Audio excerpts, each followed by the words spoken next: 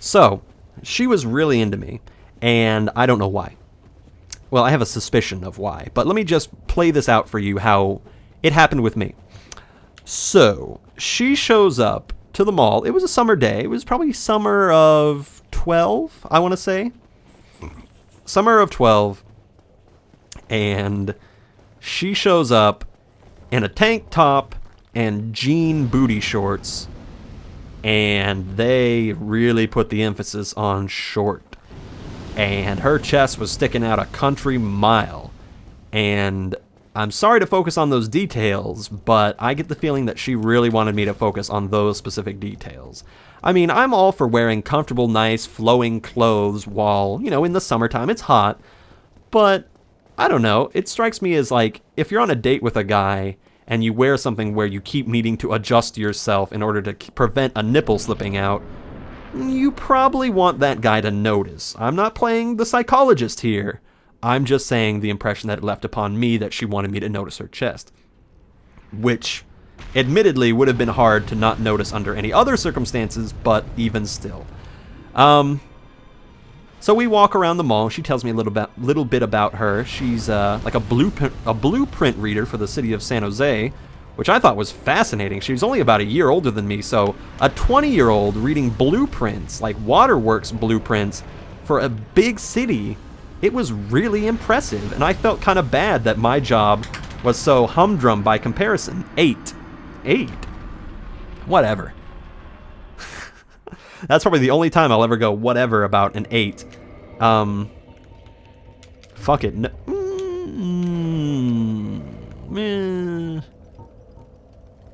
Need some fire resistance.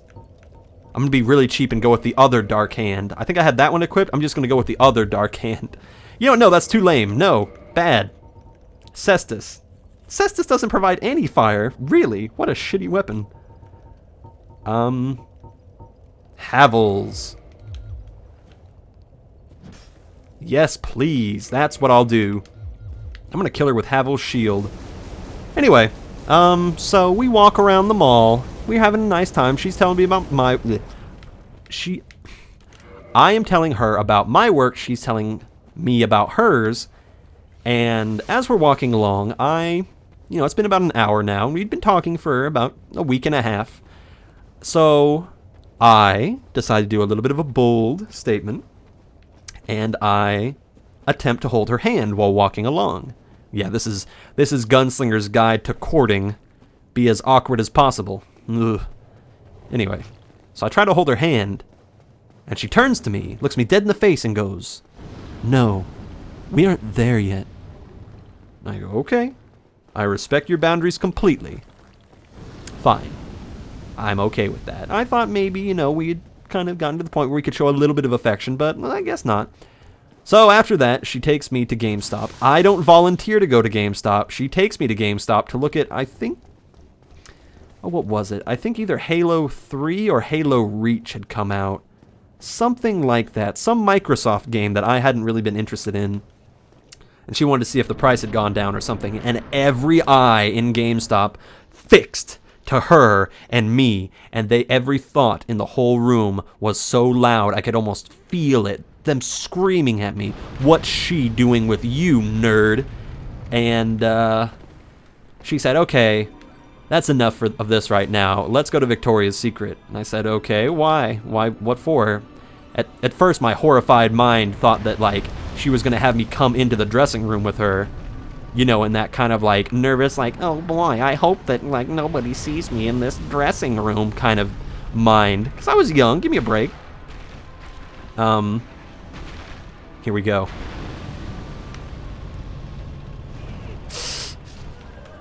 Even with all my stuff equipped. 7. I wonder how many times I've died to you, you stupid maggot. As soon as I get across from there, I should just equip Havel's shield. That's what I'm going to do. I'm going to run until I can't run no more, and then I'm going to equip Havel's shield, and I'm just going to slowly walk up to you and kill you, because this is taken... I should have just killed you right there. I've wasted at least 8 minutes about this, but hey, I get to tell this fun boob sweat story. And yes, there is a reason why it's called boob sweat. So we go to Victoria's Secret. She has a coupon for some panties or something. We stand in line. I ask her a little bit about herself, and she says, well, I'm going skydiving tomorrow. And I'm like, wow, really? Skydiving? That's amazing. And she goes, yeah, it's been like 3 times now. It's always quite the rush. And I think she said something about, like, you should join me next time. And I'm like, well, it's always been on the list, you know, the bucket list. But I'll think about it. That's great. I'm glad that you're so active like that. Then we go to Macy's. She tries to find a sports bra. She can't find any that fits. And then she gets frustrated and goes, okay, let's just go back to my car. And I'm like, pardon me? And she said, let's go back to my car. Okay, let's go back to your car. We go to her car. It's a black Mustang, 2008 at the earliest. And I'm very impressed. I don't ask if it's her car, or her father's car, or her friend's car, or whatever. But I do remember very clearly she had a lot of Slayer albums in there. And she put one in and we listened to it, and it was great fun.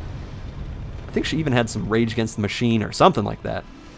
And it was just really cool. She had all these nice cassettes. Well, not cassettes. Why am I using such an old man term? Oh god, that's showing my age. 7. I can't stop telling the story. I've got to keep going. Ooh, so we're sitting and we really start to talk, you know. We really start to just get to know each other and talk. Like, really get in there and talk. And she tells me a lot about her ex, who she didn't like and why she didn't like him, and stuff like that. Let's see. No, I don't think I can equip Havel's ring. Wait, this slot is the armor. This one's Havel's ring. Okay, and if I roll any of the rings, yeah, I'm good. Okay. Oh, wait, I don't need to equip that, because there's no other fire defense that's higher than that. Except for maybe... No, even Havel's armor isn't higher than that. Fascinating. Okay, forget that. Let's wear... Yeah, let's go with that. Anyway, so we were sitting in her car, we're talking about it. I tell her some funny work stories. I think this one time this guy lost his wedding ring at the event center, and we had to call him the next day because we found it on the floor. That was embarrassing. And we're talking, you know, having a fun time, just like you and I are, viewer. Going on and on and on. And then, apropos of nothing, she grabs my hand and sticks it in between her cleavage and starts flopping it around everywhere. And she, my friends, I am shocked to tell you that I did not notice this earlier. I don't know what kind of material this shirt was made of, but it did not reveal that she was not wearing a bra. And she hands my hand back to me. She like throws it back at me and goes like, what? Like, yeah, I did it. And I'm just flabbergasted. I am shocked. Because, I'm sorry, I can't hold your hand, but all of a sudden you're giving me the total feel up. What's going on with that? Not that I'm complaining, I'm just a little getting, mixed signals here. And I look at her, and we'd already acknowledged that her boobs were awesome, okay? It had already been established, like, yes, your boobs are awesome, let's go on about it. I'm sure you hear about it all the time. That's one thing, fellows or ladies. If you ever meet a girl who's incredibly well endowed, don't really bring it up. She knows, okay? In any sense of the word. Money, butt, face, whatever. She knows, okay? She is more than aware of what she looks like. Compliment it, bring it up, say, good for you, you rock that, but don't keep going like, ooh. Save that for later. Go, go, go. And then I punched you like I should have. Goodbye. Victory achieved. Damn fucking straight. Humanity! That's all I get. Just kidding. We get a big fat Lord soul as well. That's right. Thank God, that took way too long. I hate the Witch of Izalith. So much. And look, the big fat Cthulhu demon is gone. That little tiny bug was controlling that big thing. What do you know? Yeah, I couldn't have angled it there where I could have hit her with the bone club. I realized, oh, I should have used Havel's. Whatever. I wanted to punch her. Whatever. I'd been grandstanding enough. It was time to stop. Hey, but I get to put all my stuff back on. Yay! And now I get to conclude the story of the boob sweat. So I look at her, and I can't think of anything to say. Because again, we'd been over this. Your rack is amazing. And I just look at her. And I say, Diana, you got boob sweat on my hand. It's all over the place. Oh my God, you got boob sweat on my hand. In a funny tone of voice, just like that. Like, you got boob sweat on my hand. And we laughed so hard. I'll tell you right now. Oh my gosh, I have not seen two people completely lose it like that in such a long time. And then we sat and we talked for a little bit longer. And she had to go. She had to go pick up some cats, I guess. She had dropped off to get neutered. I don't know if that was an excuse to leave or not. She had mentioned it at the very beginning of the date. By the way, look at, even Dark Souls has trilbies. Wonderful. I'm sure that offended some Dark Soul player out there who's like, it's not a trilby, it's a cap. No, it's a trilby. Sorry. Not sorry. Ooh. I do wonder. Can we wear this? Yes, Giant Dad is best dad. Perfect. Anyway. Let's go fight Nito again. And make his face express that face. Anyway, so she had to go pick up some cats. We hug, we do all that stuff. We say we'll meet each other again. And then I start to walk away. And I said something. Normally I would say my name right now. You know, the Invisible Gunslinger. In place of my real name. You know, to keep up the illusion of, you know, Gunslinger. Some people don't like it when I reveal my real name. Not that I have a big problem with it. I won't tell you my last name. Or my initials. But I don't have a problem telling you my first name.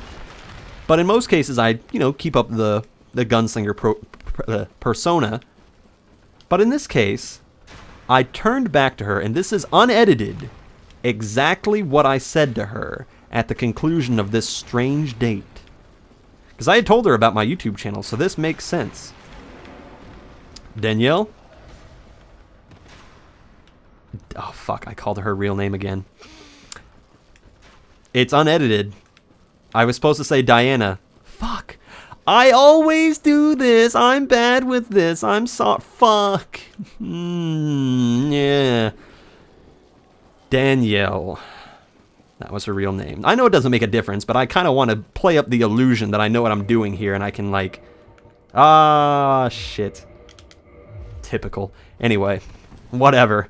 Unedited, I said... Danielle, you will always remember this as the day when you first met... the Invisible Gunslinger, #1. And I walked away like the cockiest bastard who ever lived. And to no one's surprise, I never saw her again. She didn't respond to any of my texts. I called her once or twice, and then I cut the line. I left a message saying, hey, I don't know if you're still interested or not, but I would love to go out with you again. And it didn't ever come together like that. And I'm not upset about it at all, because ever since then I got to meet wonderful people, and I'm currently engaged. Well, oh fuck, I'm not engaged. Whoa, hold that gravy train back there, buddy boy. I mean, I love my girlfriend right now. Did I just do a Freudian slip there? I think I might have done a Freudian slip, because I do love my girlfriend more than anybody I've ever been in any kind of relationship with. Like, a lot. It's actually kind of scary how much I love her right now. And that's why I don't have a problem talking about these stories, because they don't mean anything. They really don't. They're just simple recollections of the past. And they don't at all. So anyway, that's just me clarifying that in case my girlfriend watches this and is like, whoa, whoa. What about this boob sweat girl? It was 4 years ago. I'm sorry, I was once attracted to somebody before I met you. Meh. I would never get back together with her, even if she came and talked to me, because I'm almost positive boob sweat girl got back together with her asshole ex that she had been talking about for a long time. Almost positive. Don't tell me how I think that.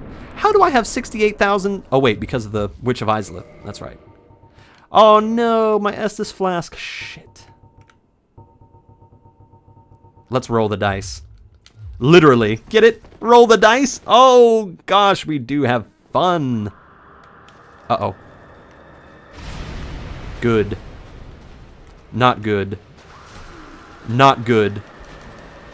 Not good. Why, Nito? So many screams. Oh, shit. So many skeletons. Go, run for him. He won't do the scream attack when I'm right next to him. Come on. Kill all your skeletons. I am not one of your skeletons, you silly Bill. I'm so hurt right now. One more hit will kill me. I don't want to lose anything. I don't want to take off my pyromancy. That's the whole reason why I fought the Witch of Izalith. Oh, shit. And there it is. 6. Ring slot number 2. So there you go. There's Boob Sweat Girl, a story that I've been meaning to tell, and I'm almost... Whoa, that freaked me out. I'm almost positive I've never told that story. But now I'll tell you the other big story, the other big date. This is the last date story that I have. Click. There we go. Boob Sweat Girl has been told about. Oh, this is why I didn't have a lot of... Oh, gotcha. That's why I didn't have a lot of healing, because I didn't rest at this stupid bonfire. Gotcha. Anyway, this is a story that I'm a little uncomfortable talking about because it's an embarrassing story.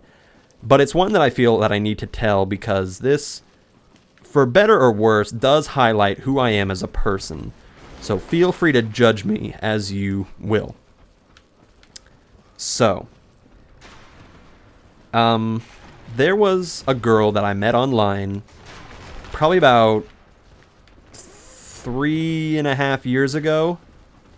I'm not even going to say her name this time. I'm not even going to, like... No, I'm just going to leave it as that girl. There you go. I will leave her name as that girl. That'll keep things nice and simple. No names to confuse. This will be fine. I think I've done that for every single person that I've ever tried to hide their identity for. I've just blurted out their names because I'm so used to talking about them normally. Anyway, that girl. Who's that girl? I'll tell you who that girl was. This was a girl that I met online, and she and I had a lot of interest in common. She was very much into anime, she was into video games. It was a very interesting relationship, and I'm not embarrassed to say this, but this was well, it wasn't a relationship. It never got to that point. Spoiler alert, I never got to the relationship point with this girl. It was only a few dates, but they were so disturbing that I have to talk about it, and it still resonates in my mind very clearly. So, I agreed to meet her on a date at a bowling alley, which is another weird place to go and bowl. Now, not to put emphasis on physical appearance, but this was a girl who was a different kind of attractive. Now, again, this is where a little bit of the intimate comes in, because this is sharing with you a personal preference that I have for women. And again, I really dislike saying, like, you know, boiling someone down just to their physical appearance. But this was somebody that I found attractive. And, okay, I'll just say it. I'll say it plain and simple. She was huge. Not tall. She was very robust. She was kind of fat. And by kind of fat, I mean, she outweighed me by about 150 pounds. And most of it was in her chest and butt and stomach and face and legs and arms. She was just huge all around. And I have no idea why. This isn't us like a... For example, my girlfriend right now is actually very thin. And I am completely attracted to her, 100%. Sorry, that was a creepy laugh. But I am 100% attracted to her in every way possible. But I also am attracted to larger women. And I have no idea what it was about this person in particular. But up until that point, I had never, ever felt as strong of a physical attraction for anybody. This is even after the boo sweat girl. I had never felt an attraction this strong for anybody. It was pure animal lust. And it was scary because she wasn't very intelligent. And I could tell that we would not have a very long-standing, deep intellectual conversation. Which, again, isn't required, but is greatly preferred. And now that I do have somebody that I can talk with plainly and simply and intelligently, I would say, people, you need to have someone you can talk to for real. It is so, at least to me, important to have somebody that you can talk to like that and just spill your guts to. Oh god, Nito's spilling his guts. 6. Ooh, no rings at all in ring slot number 2. Fascinating. Ring slot number 2. Okay.